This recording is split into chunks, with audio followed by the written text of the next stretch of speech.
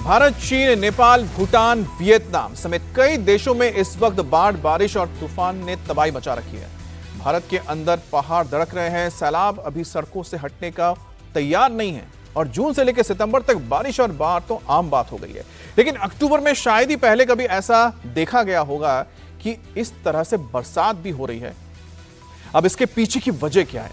ऐसा क्यों कहा जा रहा है कि इस बार अक्टूबर में संकट विकट है और बेहद निकट भी है? देखिए रिपोर्ट।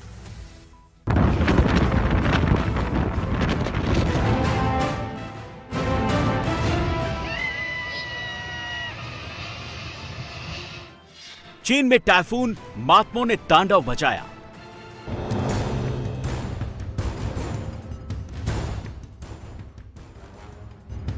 नेपाल में भयंकर सैलाब शहर में उतर आया।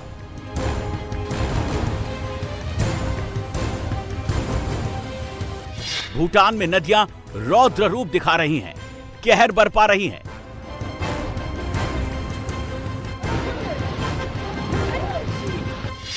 पश्चिम बंगाल में मकान ढह रहे हैं, पुल बह रहे हैं।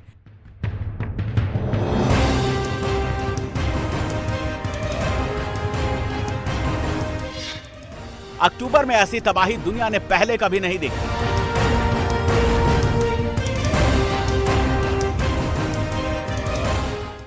चीन से लेकर नेपाल, वियतनाम, भूटान और इंडिया तक हर ओर तबाही मची है।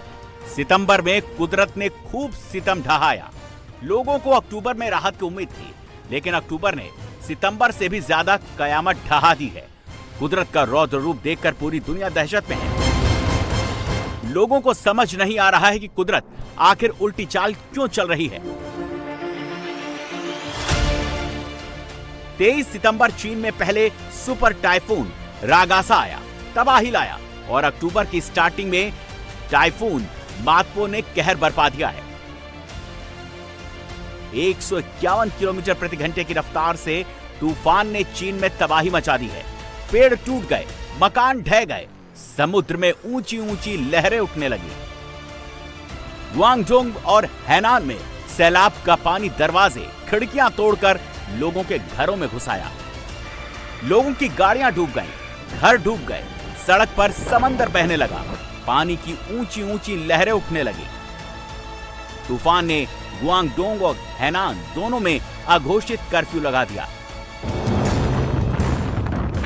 तेज हवाओं के आगे किसी का टिक पाना मुश्किल हो गया। स्कूटी सवार सड़क पर चलते चलते गिरने लगे।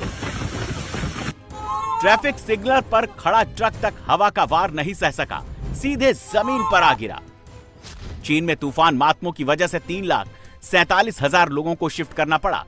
कोस्टल एरिया में लोगों के जाने पर पाबंदी लगा दी गई। अक्टूबर में सबसे बड़ी तबाही नेपाल में आई। बाढ़, बारिश और लैंडस्लाइड ने पूरे नेपाल को हिलाकर रख दिया। नेपाल में लैंडस्लाइड और बाढ़ से अभी तक 52 से ज्यादा लोगों की मौत हो चुकी है। दर्जनों घर बह गए, 1000 से ज्यादा घर बाढ़ में डूब चुके हैं। मौसम विभाग ने नेपाल के 12 से ज्यादा जिलों में रेड अलर्ट जारी किया है।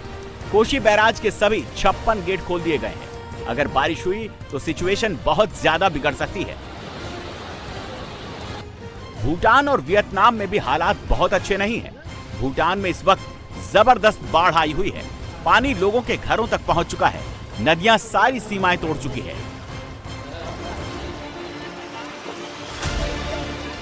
जून से सितंबर तक बारिश का सीजन होता है। अक्टूबर में आम तौर पर ज्यादा बारिश नहीं होती, लेकिन इंडिया में इस बार अक्टूबर बहुत ही डेंजरस हो गया है।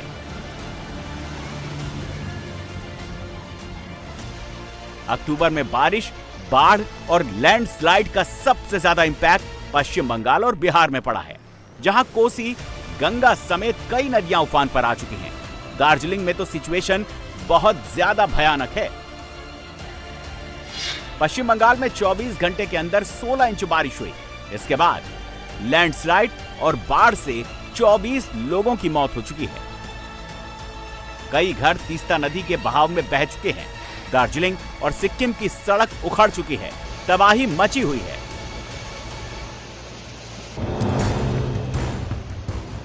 ये दार्जिलिंग का मिरिक और दूधिया को कनेक्ट करने वाला ब्रिज है। ब्रिज के पिलर नदी का प्रेशर नहीं झेल सके। पूरा ब्रिज डैमेज हो गया। हम लोग इस वक्त पहुंच चुके हैं दार्जिलिंग के दूधिया पे, और दूधिया जो पुल है यानी कि सिलीगुड़ी से मिरिक को जोड़ने वाली जो पुल है वो पुल पूरी तरह से टूट चुका है। शनिवार रात को लगभग 260 मिलीमीटर से ज्यादा बारिश के कारण यहाँ पर जैसे कि देखा जा रहा है नदी में काफी तेज बहाव हो चुका है, और तेज बहाव के कारण ये जो पुल है ये पुल पूरी तरह से टूट चुका है। और इसके अलावा इसके आसपास जितने भी घर थे, जितने भी छोटे छोटे दुकान थे, वो सभी टूट चुका है। ये विजुअल देखने से मालूम चलेगा कि कितने तेज बहाव हुआ होगा कि ये सारे के सारे जितने भी छोटे छोटे घर और दुकान थे वो सब कुछ टूट चुका है। ये जो नदी का तेज बहाव अभी भी यहाँ पर देखा जा सकता है। तो ये दूधिया पुल टूटने की वजह से सिलीगुड़ी से मिरिक को जोड़ने वाली ये मेन रास्ता पूरी तरफ से कट ऑफ हो चुका है, जिसके वजह से काफी ज्यादा परेशानियों का सामना करना पड़ रहा है।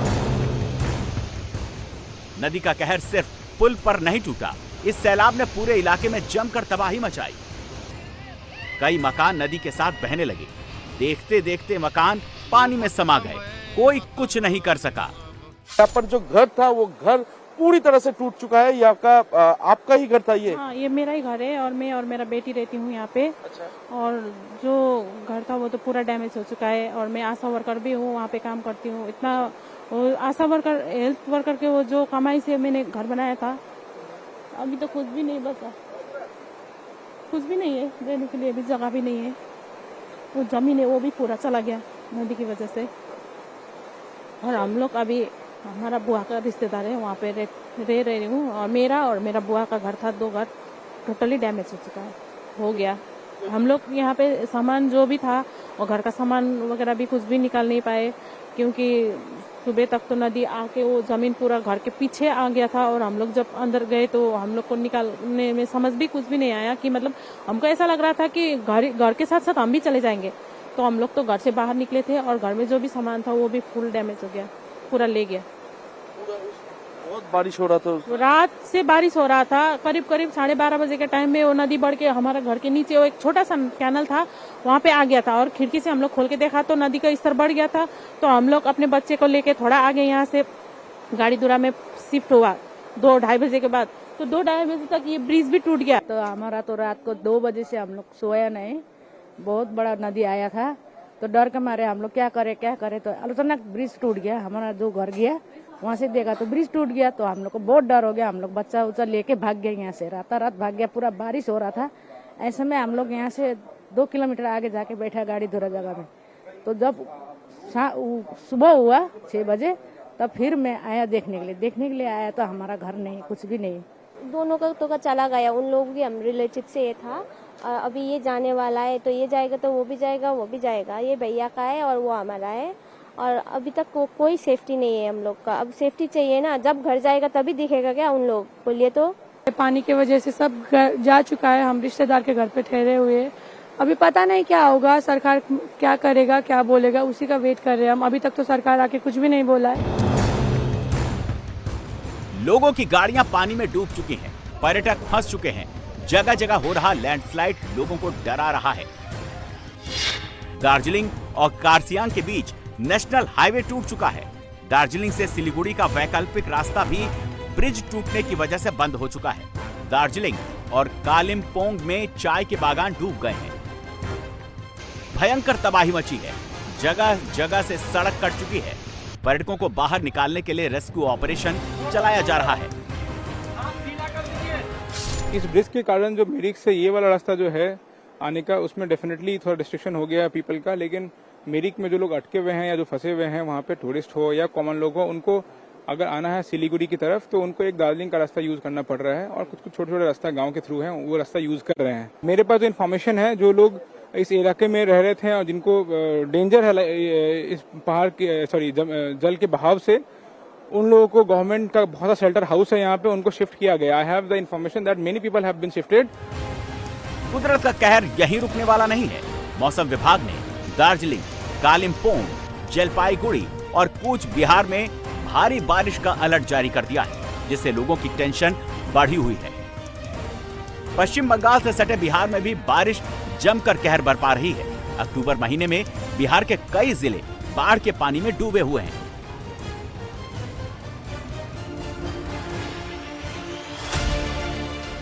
ये बिहार के गोपालगंज की तस्वीरें हैं। यहाँ पूरी बस्ती में बाढ़ का पानी भर चुका है। लोगों के घर, दुकान सब डूब चुके हैं। एम्बुलेंस फंस चुकी है।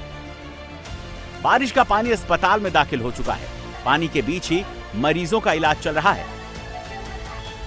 आधे बिहार में सिचुएशन खराब है। तेज बारिश और नदी का प्रेशर हर जगह तबाही मचा रहा है। छपरा के डीएम ऑफिस में पानी भर चुका है। ऐसा लग रहा है जैसे सड़क पर समंदर उतर आया हो। ये तस्वीरें बेतिया जिले की हैं, जहां डीएम ऑफिस पर सैलाब का कब्जा हो चुका है। ऑफिस का सारा सामान डूब चुका है। कागज, फाइल्स सब पानी में भीग रही हैं। सासाराम की जेल तक भी पानी पहुंच चुका है। सिचुएशन सुपौल में भी बहुत खराब है। सुपौल में कोसी अपने पूरे वेग से बह रही है। पानी की निकासी के सारे रिकॉर्ड टूट चुके हैं। सुपौल का थाना डूब गया। अस्पताल पानी पानी हो चुका है। शहर की गलियों में पानी भर चुका है। अररिया में भी बारिश का कहर कम नहीं है। तेज बारिश के बाद अचानक सड़क ढह गई और सड़क से गुजर रहा ट्रक इसमें समा गया। अक्टूबर में मौसम का मिजाज अचानक बदल चुका है। कहीं तेज बारिश है, कहीं लैंडस्लाइड है, तो कहीं बर्फ गिर रही है। जम्मू कश्मीर के गुलबर्ग में सीजन की बर्फबारी शुरू हो चुकी है। हिमाचल के लाहौल स्पीति में भी सफेद चादर बिछ चुकी है। पश्चिम बंगाल, तमिलनाडु, यूपी, राजस्थान, जम्मू कश्मीर से लेकर बिहार तक जमकर बारिश हो रही है। इस बारिश का ही असर है कि अक्टूबर में शांत रहने वाली नदियां मॉनसून सीजन की तरह ओवरफ्लो होकर बह रही है। अक्टूबर में खतरा अगस्त सितंबर से कम नहीं है। मौसम विभाग ने जम्मू कश्मीर, हिमाचल, पश्चिम बंगाल और बिहार में भारी बारिश का अलर्ट जारी किया है। जम्मू कश्मीर के कई जिलों में स्कूल, कॉलेज की 2 दिन के लिए छुट्टियां कर दी गई हैं। पश्चिम बंगाल में रेस्क्यू चल रहा है। बिहार अभी आधा डूबा हुआ है। अक्टूबर कितना कहर बरपाएगा ये सोचकर ही लोगों की नींद उड़ी हुई है।